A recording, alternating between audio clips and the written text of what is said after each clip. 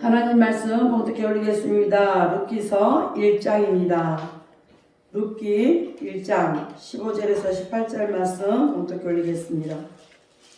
구약 401페이지입니다. 15절에서 18절 말씀 봉독해 올리겠습니다. 나오미가 또 가로되 보라 내 동서는 그 백성과 그 신에게로 돌아가나니 너도 동서를 따라 돌아가라.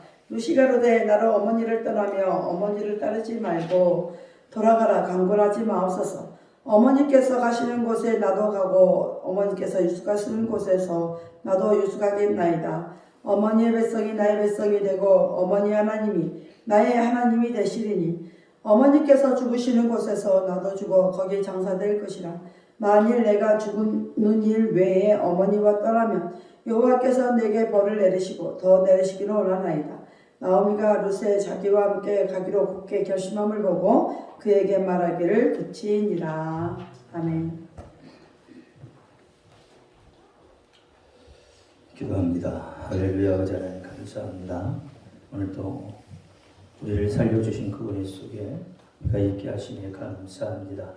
오직 예수 신앙으로 오직 예수 믿음으로 아버지 하나님 우리를 하나님 곁에 있게 하시니 감사합니다. 오늘 종이 룻기 1장 15절 18절 말씀을 가지고 나의 하나님 되심이라는 내용으로 거룩하신 하나님의 말씀을 선포하려고 합니다.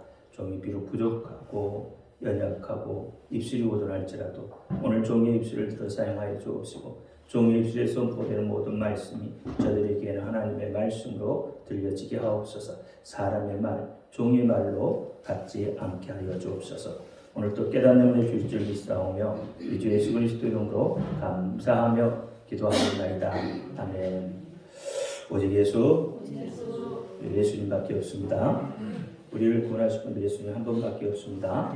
주 예수의 평강이 여러분에게 임할지어다. 아멘. 우리 베드로의 신앙 고백합니다. 예수님 당신은 그리스도시요 살아계신 하나님의 아들이십니다. 예수님 당신은 나의 구세주, 나의 전부이십니다. 오늘 제목은 나의 하나님 되심입니다. 나의 하나님 되심. 무엇이든지 서로 나누고 어떤 것이든지 서로 숨김없이 다 털어놓을 수 있는 사람이 여러분 곁에 있습니까? 그렇다면 그 사람은 참으로 행복한 사람입니다. 짐은 나누어질수록 가벼워지고 고민은 나눌수록 해결할 방법이 생겨나는 겁니다. 그렇기에 누군가를 기댈 수 있다는 것은 가장 좋은 내 편이 있다는 것입니다. 어떤 경우에도 나를 믿어주고 지원해 줄 수 있는 그런 사람이 내 곁에 있다면 천군만마를 얻은 사람입니다. 그러므로 무엇이든지 두려워하지 않고 해낼 수 있는 성공한 사람이라고 말할 수 있습니다. 요한일서 4장 18절에 보니까 사랑 안에는 두려움이 없고 온전한 사람이 두려움을 내어 쫓나니 두려움에는 형벌이 있습니다. 두려워하는 자는 사랑 안에서 온전히 이루지 못한다. 기댈 사람, 뭔가 말할 수 있는 사람, 속내를 털어놓을 수 있는 사람은 두려워하지 않습니다. 세상 사람들도 일진데 그분이 나의 하나님이시라면 어떠하겠습니까? 천지 만물을 지으시고 다스리신 분, 사랑으로 가득 차신 분, 우리의 죄를 용서하시기를 준비되어 계신 분, 이 못난 우리들을 자녀 삼으시고 자신의 모든 것을 내어주신 분, 그분이 나의 하나님이십니다. 그분이 나의 구원자 되신 예수님이시고 나의 생명의 원천이 되신 그분이 나의 힘이요 능력이 되신다면 여러분 무엇을 더 말하겠습니까? 무엇을 두려워하겠습니까? 그렇다면 나는 이 세상에서 가장 행복한 사람이 되는 겁니다. 왜냐하면 나는 하나님의 것을 유업으로 물려받을 하나님의 자녀이기 때문에 그렇습니다. 골로새 3장 24절에 이는 유업의 상을 주께 받은 줄 아미니 너희는 주 그리스도를 섬기느니라. 그러니까 예수님을 섬기는 우리는 하나님의 유업을 물려받을 자다. 이런 기대를 가지고 신앙생활을 하셔야 되는 겁니다. 그런데 지금 이 시대의 풍조를 바라보면 누구를 믿고 의지한다는 것은 어찌 보면 얼마나 위험천만한 일인가를 우리는 대중매체들을 통해서 직접 간접적으로 경험하고 있습니다. 지금 우리는 두렵고 무서운 세상을 살아가고 있습니다. 누구나가 다 인정하고 말하는 말세지말의 시대를 살아간다 이 말이죠. 이 말세지말의 때는 사단의 세력이 합법을 가장하여서 가장 큰 힘을 얻어서 강력하게 일하는 시대이기 때문에 더 두려운 거죠. 계시록 13장 5절부터 6절 말씀해 보니 또 짐승이 큰 말과 참남된 말하는 입을 받고 또 42달 일할 권세를 받으리라. 짐승의 입을 벌려 하나님을 향하여 회방하되 그의 이름과 그의 장막 곧 하늘에 거하는 자들을 회방하느니라. 이렇게 이야기합니다. 그러니까 계시록 13장 5절 6절에 보면 짐승이라는 단어가 두 번이나 연속으로 나오죠. 이 짐승은 사단과 거짓 선지자들을 말하고 있어요. 42달 동안 일할 권세를 받았다. 그러니까 지금 42달 동안에 일할 권세를 받은 그런 사단이 활개를 치는 시대예요. 그렇기 때문에 두려운 거죠. 또 그 사단이 어떻게 하나님의 일을 방해, 회방해요. 하나님을 향하여 회방하되 그의 이름, 누구의 이름이에요? 예수의 이름.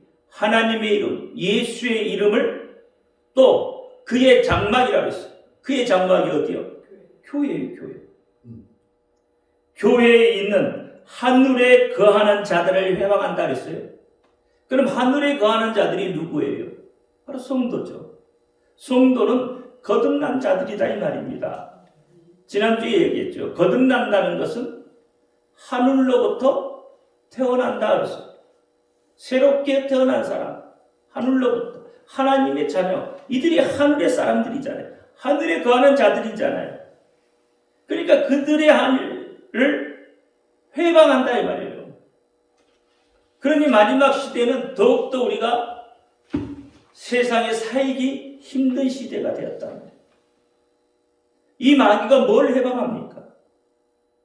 성도가 믿음으로 살고자 하는 것, 성도가 예수님을 의지하고자 하는 것, 성도가 예수의 이름을 믿고 선포하고자 하는 것, 성도가 예수의 이름으로 신앙을 고백하는 것, 성도가 예수 그 이름을 의지하고 행동하는 것, 이것이 전도와 선교죠.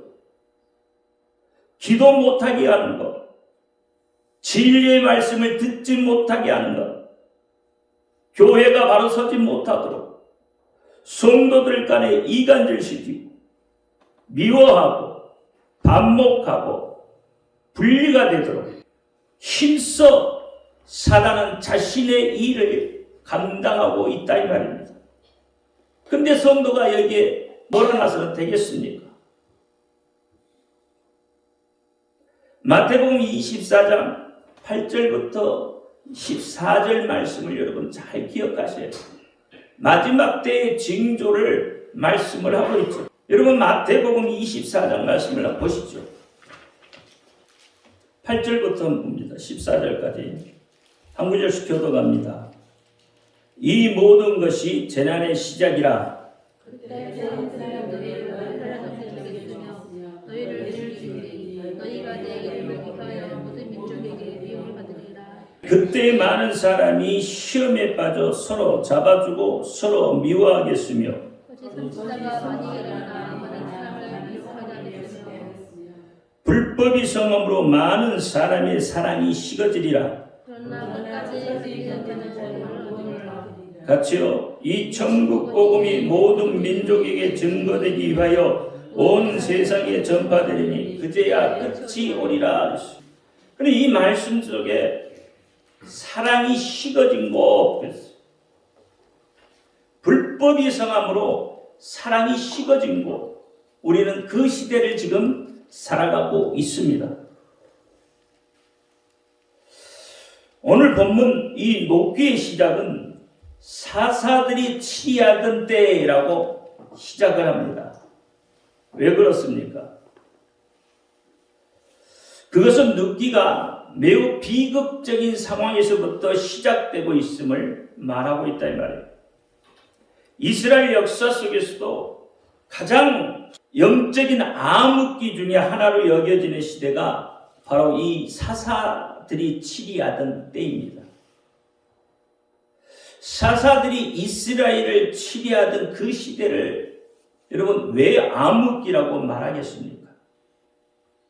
사사들이 하나님의 말씀대로 다스리지 못하고 자기 소견에 좋을 때에 말하고 행동하던 시대예요. 그래서 영적으로 보면 깊은 잠에 빠져 있는 그런 불순종의 시대를 대변하고 있다는 말입니다.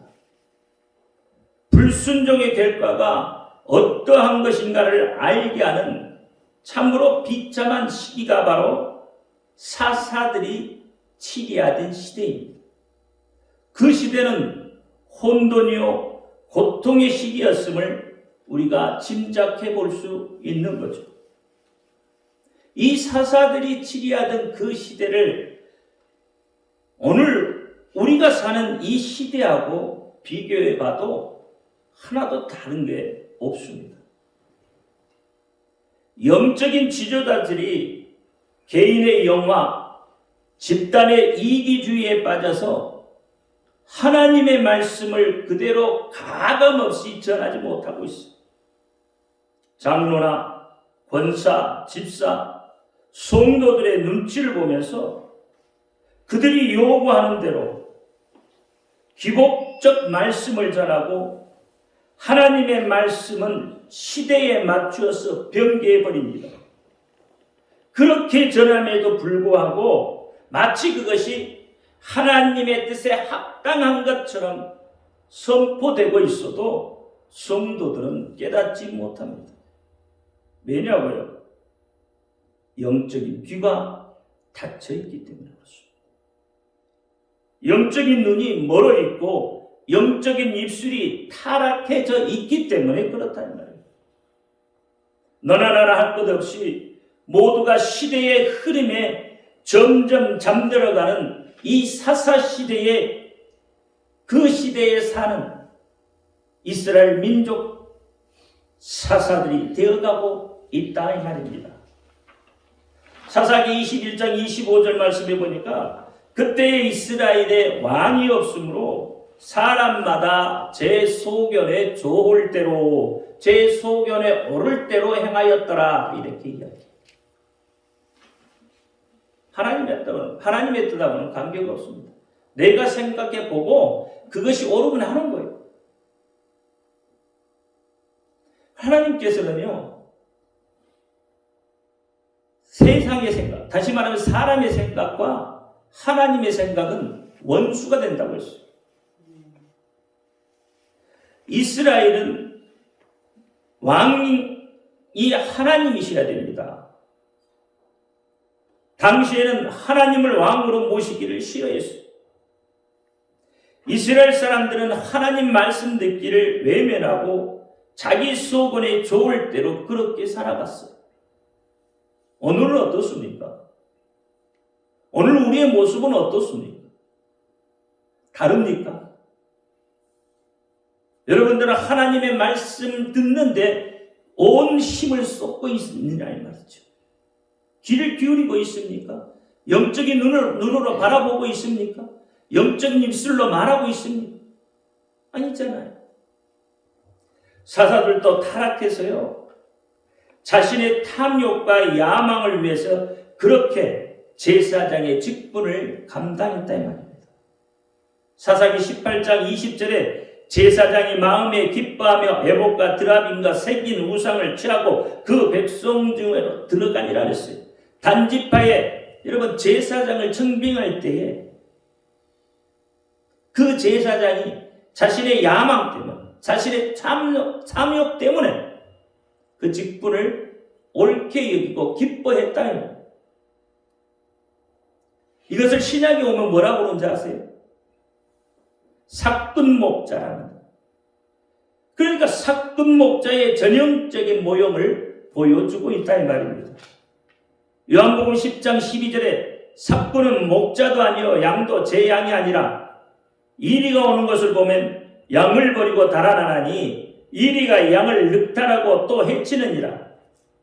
달아나는 것은 저가 사꾼인 까닭에 양을 돌보지 아니함이다 그랬어요.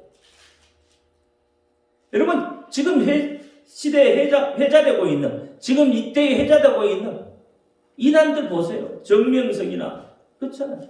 이런 사람들, 신천지 이만이나 신옥주나 다 성도들을 갈취하고 있잖아요. 성적으로 타락해요. 무엇을 위해서요? 자신의 야망과 자신의 욕망을 위해서 그렇잖아요. 그러면 여러분 목자만 그러겠냐 이 말이에요. 그렇지 않단 말이에요. 이스라엘 백성들은 어떻습니까? 이스라엘 백성들이 누구의 성도잖아요. 성도들의 모습은 사사기 3장 7절에 보니까 이스라엘 자손이 여호와의 목전에 악을 행하여 자기들의 하나님 여호와를 잊어버리고 바알과 아세라들을 섬기는지라 그랬어요. 바알과 아세라들을 복수를 삼니다. 다시 말하면 여러 가지 우상을 섬기고 있다는 거예요. 사사기 이후에 사무엘상 8장 5절에 보면 더욱 이들의 참남된 모습을 바라볼 수가 있죠. 사무엘상 8장 5절에 그에게 이르되 보소서 당신은 늙고 당신의 아들들은 당신의 행위를 따르지 아니하니 열방과 같이 우리에게 왕을 세워 우리를 다스리라 한지라 그랬어요. 그에게 누구죠? 사무엘이죠. 근데 여기 보면 사무엘의 자식들도 믿음의 생활을 제대로 못하고 있는 것 같아요. 본이 보여지지 않았단 말이에요. 그래서 이스라엘 백성들이 사무엘에게 우리를 다스릴 왕을 세워달라고 그렇게 말하고 있다 이 말이에요. 7절에 그들이 나를 버림이 아니라 나를 보러 자기들의 왕이 되지 못하게 함이라. 이 말은 하나님께서 하신 말씀이라. 여호와 하나님께서 사무엘에게 하신 말씀. 나를 버리는, 너희를 버리는 것이 아니라 나를 버리는 거다. 여호와 하나님을 버리는 거다. 예수님께서도요 동일하게 말씀하고 계세요. 타락한 이스라엘을 향해서 바리새인과 서기관, 사두개인들을 향하여서 요한복음 7장 7절에 세상이 너희를 미워하지 못한다. 나를 미워하나니 이는 내가 세상의 행사를 악하다 증거하니라. 요한복음 15장 18절에 세상이 너희를 미워하면 너희보다 먼저 나를 미워한 줄로 알아라. 19절에 너희가 세상에 속하였으면 세상이 자기 것을 사랑할 터이나 너희는 세상에 속한 자가 아니요 도리어 세상에서 나의 택함을 입은 자인 고로 세상이 너희를 미워하느니라 했어요. 이처럼 그들은 그 마음이 원하는 대로, 탐심하는 대로, 욕망대로, 소욕대로 그렇게 살았다 이 말이에요. 여러분 이 말씀을 잘 대변해 주는 것이 로마서 1장 21절부터 23절 말씀. 하나님을 알되 하나님으로 영화롭게도 아니하며 감사치도 아니하고 오히려 그 생각이 허망하여지며 미련한 마음이 어두워졌나니 스스로 죄에 있다 하나 우둔하게 되어 썩어지지 아니하는 하나님의 영광을 썩어질 사람과 금수와 버러지 형상의 우상으로 바꾸었느니라 했어. 사사기에서 말하는 것, 사무엘상에서 말하는 것과 무엇이 달라? 오늘 보세요. 오늘날 어떻습니까? 동일하잖아요. 이 시대 사람들에게 있어 최고의 가치는, 여러분, 절대적 기준은 사람이죠. 하나님이 다스리던 시대는 절대적 가치는 하나님이었단 말이에요. 그러나 지금 이 시대는 사람들이 자기 소견에 오를 대로 하기 때문에 절대적인 가치가 뭐예요? 사람이었다. 그래서 어떤 사람이 그러더니 이번에 또 발표시게 했는데 뭐라고 그러냐면 종교를 뛰어넘어서 인권에 대한 이야기, 이렇게 이야기합니다. 그래, 하나님을 멀리하고 사람이 더 중요하다는 거예요. 사람이 인권이 중요하다는 거예요. 제 소견을 주장하는 것이 최고의 가치가 되어버렸습니다.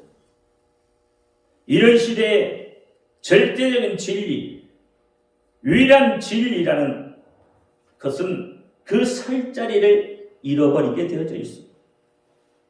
이 시대 사람들이 절대 진리, 유일 진리를 말하는 그 기독교를 철저히 거부하고 미워하는 것은 사실 어찌 보면 당연한 결과일 겁니다. 정말 가장 심각한 비극은 예수님의 신앙이 철저히 무너지고 있다는 것이죠. 한마디로 교회에서 예수님을 잃어버렸다는 것입니다. 예수님의 이름이 점점 지워져 가고 있다는 그 안타까움이 우리 속에 있는 거예요. 목사들이 설교를 통해서 점점 예수님이 사라지고 성도들의 심령에서 예수님이 지워지고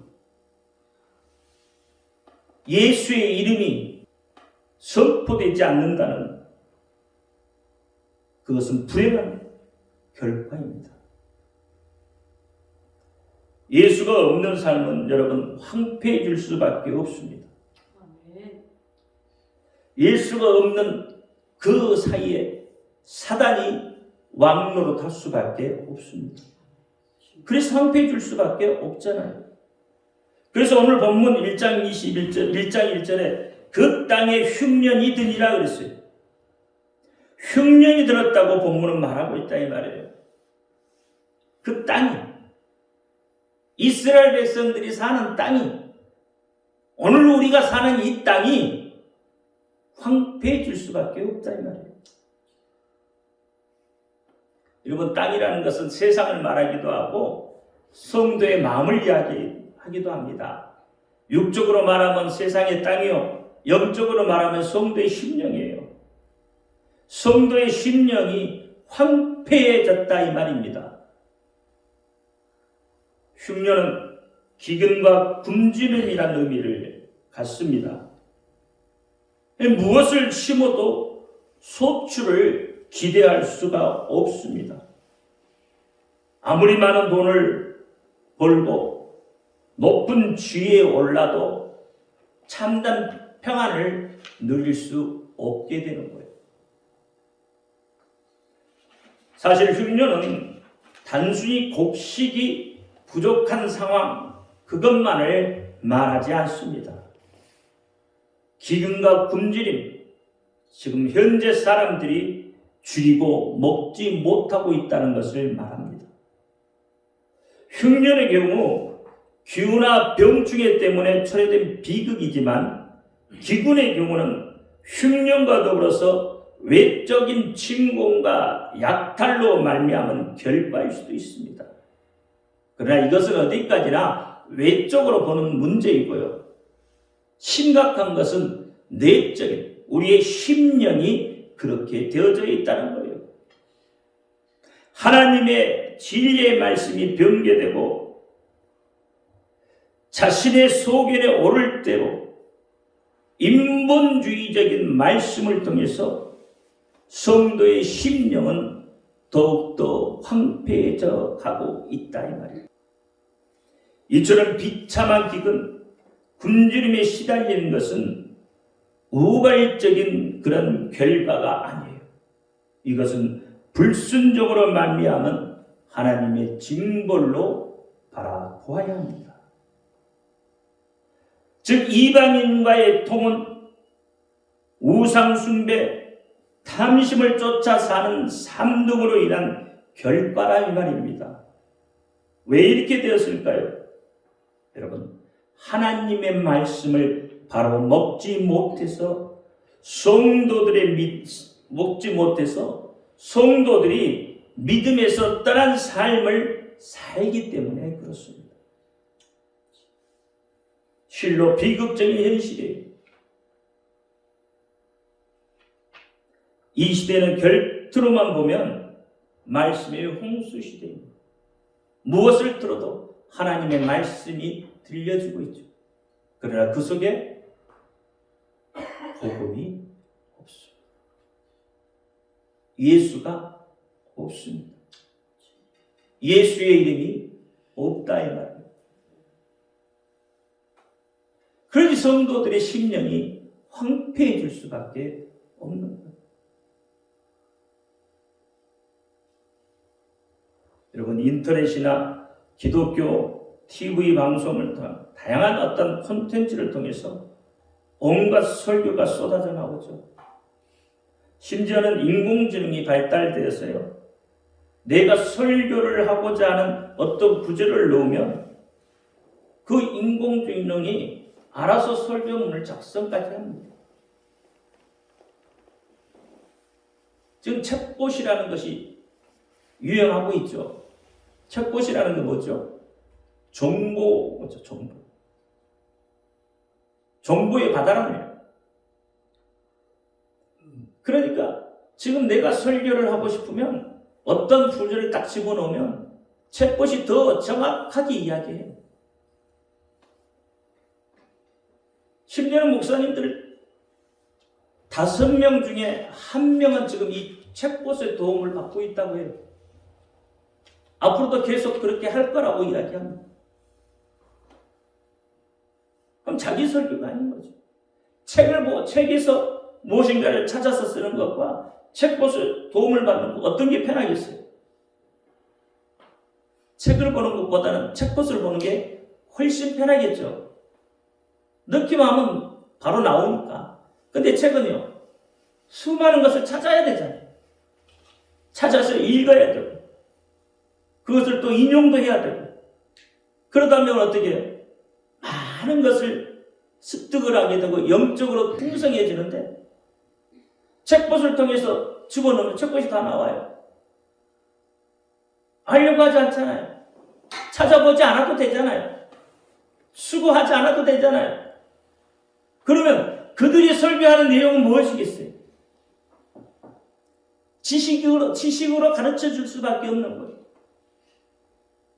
예수님은 지식으로 가르쳐 줘서 알 수 있는 게 아니에요. 하나님은 지식으로 가르쳐 줘서 알 수 있는 게 아니라 이 말입니다. 오늘날 여러분, 우리가 머리가 발달돼서요, 웬만큼 누구든지 다 지식을 가지고 있어요. 그러나 그 지식 속에 영적으로 깨어나게 할 수 있는 지식이 있느냐 이 말이에요. 지혜가 있느냐 이 말이에요. 영적으로 하나님을 알 수 있는 것이 있느냐 이 말이에요. 영적으로 알려면 머리로 알아서는 안 되는 거예요. 하나님의 말씀을 어디로 알아야 돼요? 가슴으로 알아야 돼요. 하나님의 말씀이 가슴으로 내려와서 그 말씀이 내게 믿어져야 되는 거예요. 그래야 하나님을 하나님이라고 부를 수 있는 거고, 하나님을 아버지라고 부를 수 있는 거고, 예수님 나의 구세주라고 말할 수 있는 거예요. 머리로 알아서는 안 된다 이 말입니다. 시대가 발달하니까 편한 것만 찾아가요. 목사들도 편한 것만 찾아가요. 설교문 하나 작성하려면요, 최하 5시간에서 7시간 걸립니다. 최하. 근데 그것은 설교문 작성하려고 앉아있는 시간이고, 본문 하나를 정해놓으면 그 본문 하나를 일주일 동안 생각을 하고, 작성할 책상에 앉아있기까지. 그러니까 그 설교를 하나를 작성하기 위해서 얼마나 많은 시간을 투자하겠느냐. 근데 그럴 필요 없잖아요, 첫 것은. 그럼 어떤 게 여러분들에게 더 유익하겠어요? 문장으로 바라봤을 때는요, 책것이 훨씬 더 깔끔하고 깨끗하고 정교합니다. 그러나 여러분의 영을 깨워낼 수는 없습니다. 인공지능이 아무리 발달을 해도 여러분의 영을 깨워낼 수가 없다 이 말입니다. 여러분의 영을 깨워낼 수 있는 방법은 예수 그리스도를 말하는 설교예요. 예수 그리스도가 내 구주라고 말씀하고 선포하는 그 말씀을 들을 때에 여러분 영이 깨어나는 거예요. 기껏 문법적 해석의 근간은 사실 전달이나 도덕적, 윤리적 강연 수준에 머물러서는 안 된다는 말입니다. 정말 우리가 알아야 할 예수의 이름, 성령된 예수님에 대해서 듣지 못하면 안 되는 거예요. 이것을 듣지 못하면 여러분의 심령이 황폐하게 되어져요. 먹어도 배부르지 못하고 마셔도 그 기갈을 해결하지 못하게 되는 거예요. 그러니까요, 여러분 마태복음을 보고 그렇잖아요. 피를 불어도 춤추지 못하고 장례집에 가서 여러분 고불에도 울지 못하는 그런 시대가 되었다 이 말입니다. 지금 여러분 복음이 무엇이에요? 복음은 예수님 자체가 복음인 거예요. 예수님은 윤리적, 도덕적, 율법적인 것을 뛰어넘어서 우리 속에 함께 하시는 사랑과 소망을 인자하는 거예요. 그분이 죄악 속에서 헤매이고 있는 나를 찾아보셨단 말이에요. 자신의 생명을 담보로 나를 구원해 주셨다는 것. 그걸 알게 하는 거예요. 에스겔 37장에 그 마른 뼈들 같은 먼지라고 냄새나는 그런 곳에 예수님이 찾아오셨다는 거예요. 이것이 복음입니다. 여러분 종교하고 기독교가 다른 점이 뭐예요? 일반 종교는 내가 찾아가야 된다는 거예요. 가장 큰 이유는. 그러나 기독교는요, 하나님이 찾아오셨다는 거예요. 이게 다른 거예요. 하나님이 직접 찾아오셨어요. 생명을 가지고. 이것이 복음입니다. 예수님이 마지막 때에 나를 데리러 오신다고 약속한 그 약속을 믿는 것입니다. 아모스 8장 11절에 보니까 주 여호와의 말씀이라 보라 날이 이를지라 내가 기근을 땅에 보내느니 양식이 없어 주림이 아니며 물이 없어 가람이 아니요 여호와의 말씀을 듣지 못한 기갈이라. 하나님의 말씀을 듣지 못하는 기갈이란 말이에요. 예수 이름을 듣지 못하는 기갈이에요.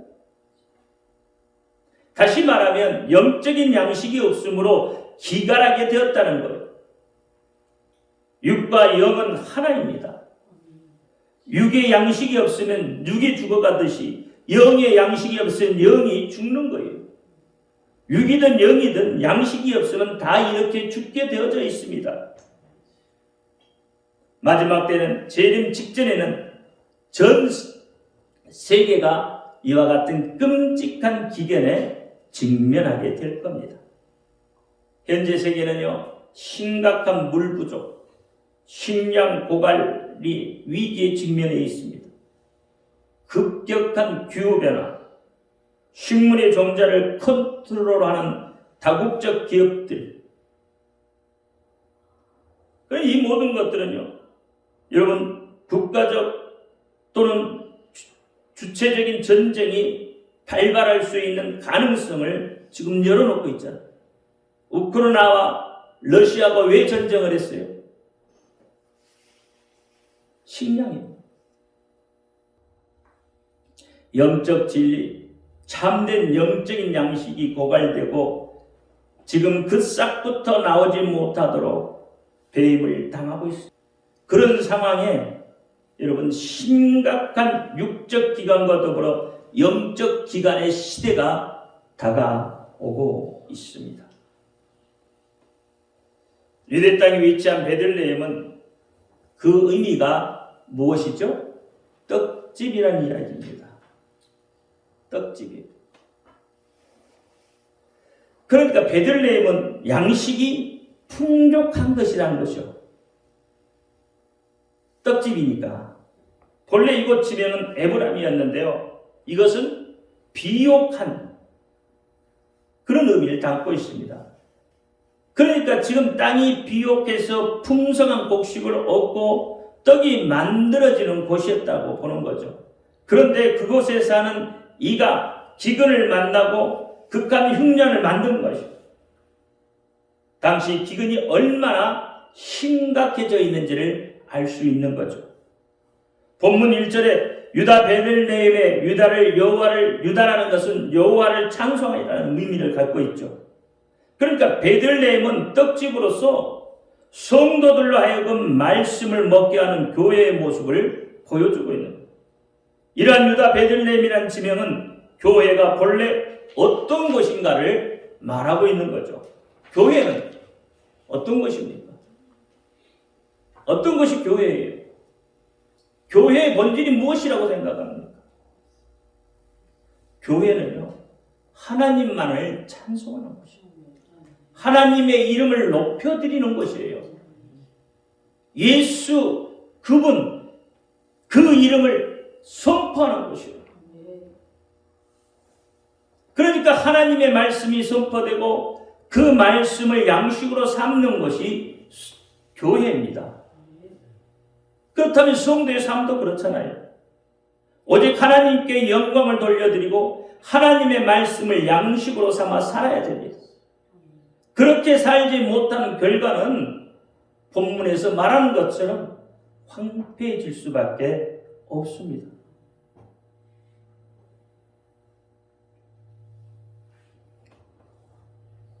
그래서 우리는 여호와께로 다시 돌아가야 합니다. 예수님께로 다시 돌아가야 합니다. 예수 이름으로 깨어 있어야 합니다. 하나님이 나의 하나님이 되어야 합니다. 나의 구세주가 되셔야만 합니다. 그래야 우리가 살 수 있는 거예요.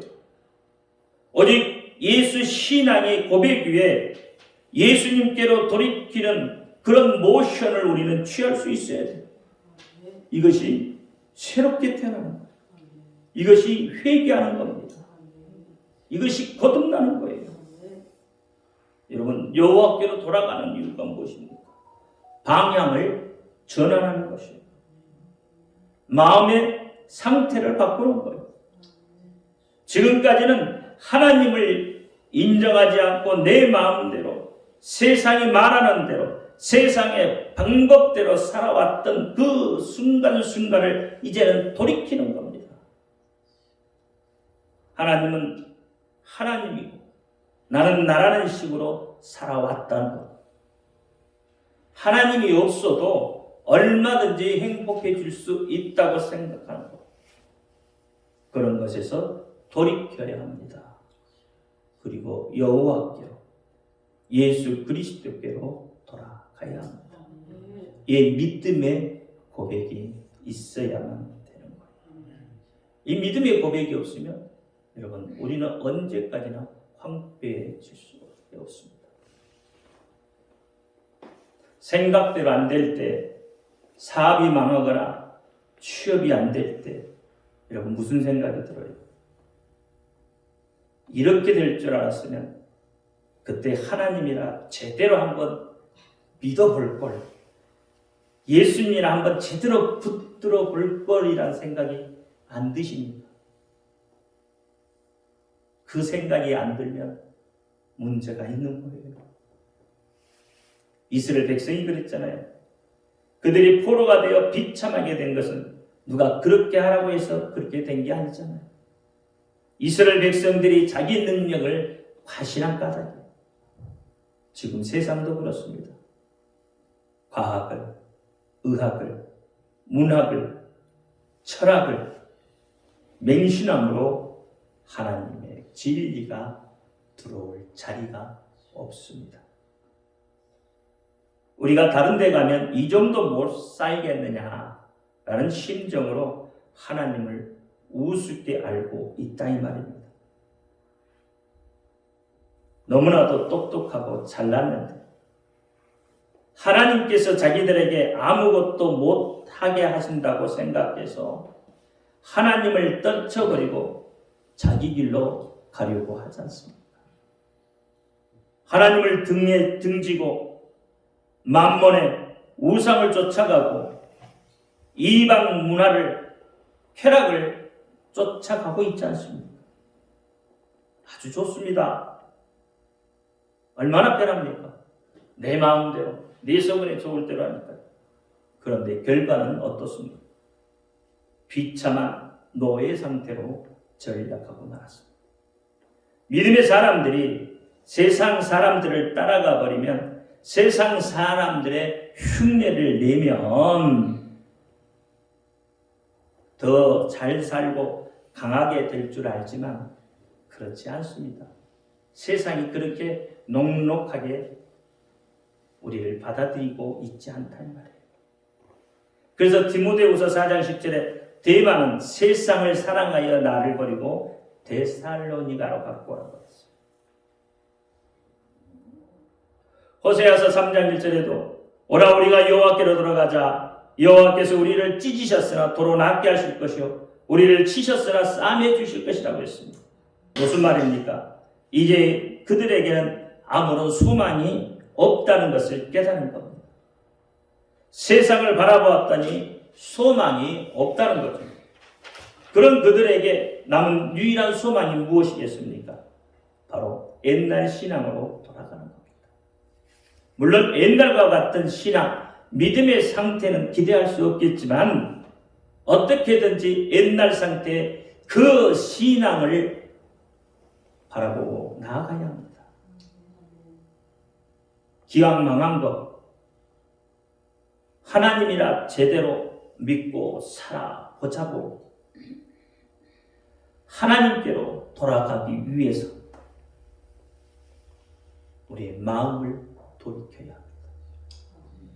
죄를 깨닫고 진실하게 하나님 앞에 고백할 수 있어야 합니다. 그러면 하나님을 미쁘시고 반드시 우리를 회복시켜 주실 거예요.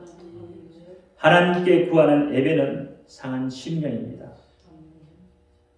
시편 51편 17절에 하나님께서 구하시는 제사는 상한 심령이라 하나님이여 상하고 통회하는 이름을 마음을 주셔서 주께서 멸시하지 않는다고 그렇게 말을 합니다. 그러니까 죄를 자백한 사람들은 마음이 상하여 눈물을 흘리며 통에 자복하는 거예요. 죄 때문에 울어본 경험이 없는 사람은 거듭난 그리스도인이라 말할 수 없습니다. 죄 때문에 고민하고 통회한 경험이 없다면 회개치 않는 증거예요. 아무리 오랫동안 교회에 출석하고 또 어떤 직분을 맡았다고 할지라도 그것은 의미가 없습니다. 그러므로 자기가 죄인임을 자각하고 자신의 죄악을 고백하는 데서부터 돌아선 것입니다. 요한일서 9장에 만일 우리가 우리 죄를 자백하면 저는 미쁘시고 의로우사 우리 죄를 사하시며 모든 불의에서 우리를 깨끗게 하실 것이다. 이렇게 이야기합니다. 여러분, 세상만 탓하지 말고 우리부터 지금 이 시간부터 바로 된 신앙을 갖기를 바랍니다. 살아있는 믿음을 가지고 회개의 열매를 맺기를 바랍니다. 이제 죽음에서 생명으로, 흑암에서 광명으로, 증오에서 사랑으로, 지옥받던 세상에서 천국으로, 자기 중심에서 하나님 중심으로 방향을 전환하시기 바랍니다. 다시는 여러분 옛생활로 돌아가지 않겠다고 결심하시길 바랍니다. 힘들고 어려워 보여도, 앞이 캄캄해 보여도 살아계신 하나님이 나와 함께 하십니다. 나를 용서하시고 내가 입은 상처를 싸매주시는 그 하나님께서 분명히 나를 도로 회복시켜 주실 것을 믿고 예수 그리스도 안에서 소망을 다시 품고 복된 삶을 누리시기를 예수의 이름으로 축원드립니다. 기도합니다. 할렐루야. 아버지 하나님 감사합니다. 룻기 1장 15절 18절에 나의 하나님 되십니다 이야기합니다.